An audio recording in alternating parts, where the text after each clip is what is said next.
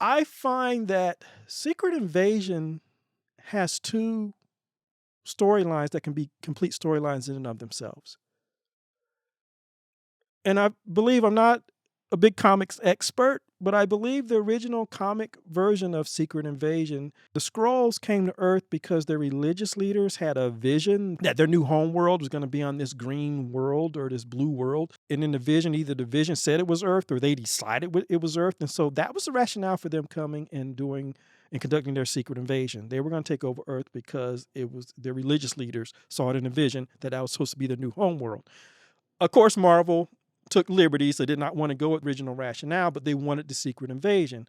So what they decided to do was to, again, make Nick Fury an absentee stepfather. They decided to give him a stepson, a Skrull stepson, that he made a personal vow to, even though it should really be on Carol Danvers, who's much more able to go out to the universe and scout worlds. Again, we don't know what Nick Fury is doing on Saber. Is he using that advanced technology to look for worlds? They don't say. And Talos, who's worked personally with Nick Fury, he espoused his own belief that somehow the humans will magically find a world for him. How?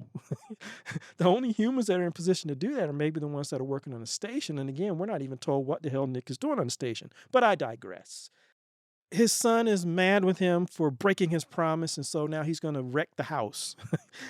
He wants to claim Earth. Well, to me, it's two different storylines. And if I had a client or a student that came to me and was talking about this, I would tell them, well, pick one. You don't need both. Because if you pick one and you go with the fact that this Skrull wants to use Earth wants to turn Earth into their home, then you don't have to make him Nick Fury's more or less estranged son. What you do is just say he learned from the Nick Fury himself how to infiltrate, how to mix into human society, how to mimic. And maybe this guy who maybe wasn't even a kid, maybe he was an adult, but he worked like with the other adults for Nick Fury. Maybe he used his increasing contact and information to pick the targets that he would eventually send his operatives in to replace. And so now he's ready to take over Earth. The Skrulls that he worked for ready to take over Earth, and the only one who can stop him is the one who trained him. It was Nick Fury. That's a different storyline. It has different beats. There's none of this quasi-father-son, I hate you stuff. And in a situation like that, then Nick Fury wouldn't have the plot armor of the villain never wanting to kill him. No, Nick Fury would be the one he wanted to kill. If he couldn't keep him on the space station, he would want to kill him. Now, on the other hand, if you want to go with the more personal story that he is his his mad stepson, emo son who wants to wreck the house, then his rationale for getting even with Nick Fury is to get even with Nick Fury, which means he wants to destroy everything that Nick Fury holds dear, starting with Maria Hill, maybe going after his wife. Maybe through Rhodey and other people that he controls in the governments, he causes Nick Fury to lose his position on the Saber space station. That's a different story with different story beats. And so I hope people are seeing what I'm saying. You essentially took two stories and smushed them together so that you now have the character at sometimes acting on a storyline that's a personal destruction of Nick Fury, while on the other side, he's trying to take over the Earth. But because he reacts in one instance to one storyline, it doesn't make logical sense for the other. Because Nick Fury should be the first one he takes out if he comes down from the space station, but he doesn't. And as much as we complain about Rian Johnson and what he did with the Star Wars trilogy, and I'm one of those people who think that he broke the Star Wars trilogy, but I will give him credit for this. When emo Kylo Ren is on the Salt Planet and Luke Skywalker, his former mentor, his uncle, shows up, you don't have emo Ren looking at Hux and saying, I'm not going to give the old man what he wants. I'm not going to kill him. No. Emo Ren told them to point every gun at that man and blow him the hell up. Leave a smear on the salt plain. That's what you do, because he recognized not only did he hate his uncle, but he also recognized that the return of his uncle jeopardized everything they were going to do, and he needed to blow him to pieces. And when that didn't work, he went down to personally cut him down. That is the way Gravik should be reacting in this show. It doesn't matter that he's all upset because his father-in-law broke his promise.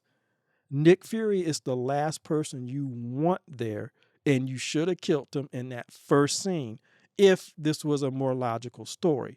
And I think that's why you can't, either you would have had to figure out a way that Nick Fury was able to get out of it, which would have helped Nick Fury's character because he knows the Skrulls. He still knows them, he still worked with them, and he's actually said that. Well, let him show that. Figure out a way for him to escape, but he should have did what Emo Ren did. He should have immediately pointed that gun at Nick Fury and shot. He should have taken him out. Because when Guy asked him, did you know Nick Fury's going to be there? I didn't know that, but it was a probability. Well, when he showed up, you should have tried to kill him. Got to give Rian Johnson credit for at least getting that right. When Luke showed up, Emo Ren said, point every gun at that mofo and take him out. That's what Gravik should be doing, but he's not, because you really have two storylines going here and they're interfering with each other.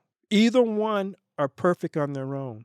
Either one could have their tense moments. Either one could have the personal moments between the antagonist and the protagonist. And either one, like I said, are good storylines. You could have had one where it actually is his estranged son and he's trying to take out everything that Nick Fury holds dear.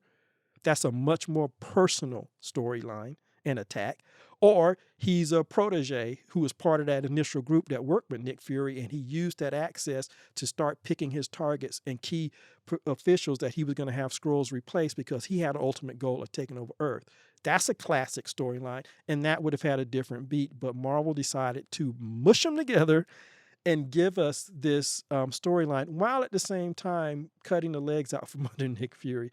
For all the talent, for all the phenomenal acting, still good writing. What they're working with is really good writing, but the choices are kind of strange. And so, like I said, as a teacher, as a writer, as somebody who works with writing students and clients, if somebody come to me and had a storyline where somebody had a personal vendetta, or they had a ultimate mission and their former mentor was the only person that could stop them, I would have said pick one. They're both equally viable. Pick one, because you got two stories here. And that's what I feel like with Secret Invasion. And on top of that, it's only 6 episodes. So, go figure. They should have picked one and gone with one, in my opinion. Oh, by the way, I almost forgot. The number of characters in Secret Invasion that has joined the Nick Fury Shade Parade has now increased to 6. With the last episode, you had his wife telling Rhodey that Nick no longer has what it takes. So that's the number of characters in Secret Invasion that have told Nick that he doesn't have what it takes, or have told other characters he doesn't have what it takes, is now increased to 6. That only leaves Gaia as the only one who hasn't directly told Nick Fury that. I might have missed her telling somebody else, but my guess is she'll tell Nick Fury directly when she uses her Super Skrull powers to take out Gravik and save the day. That's just my guess.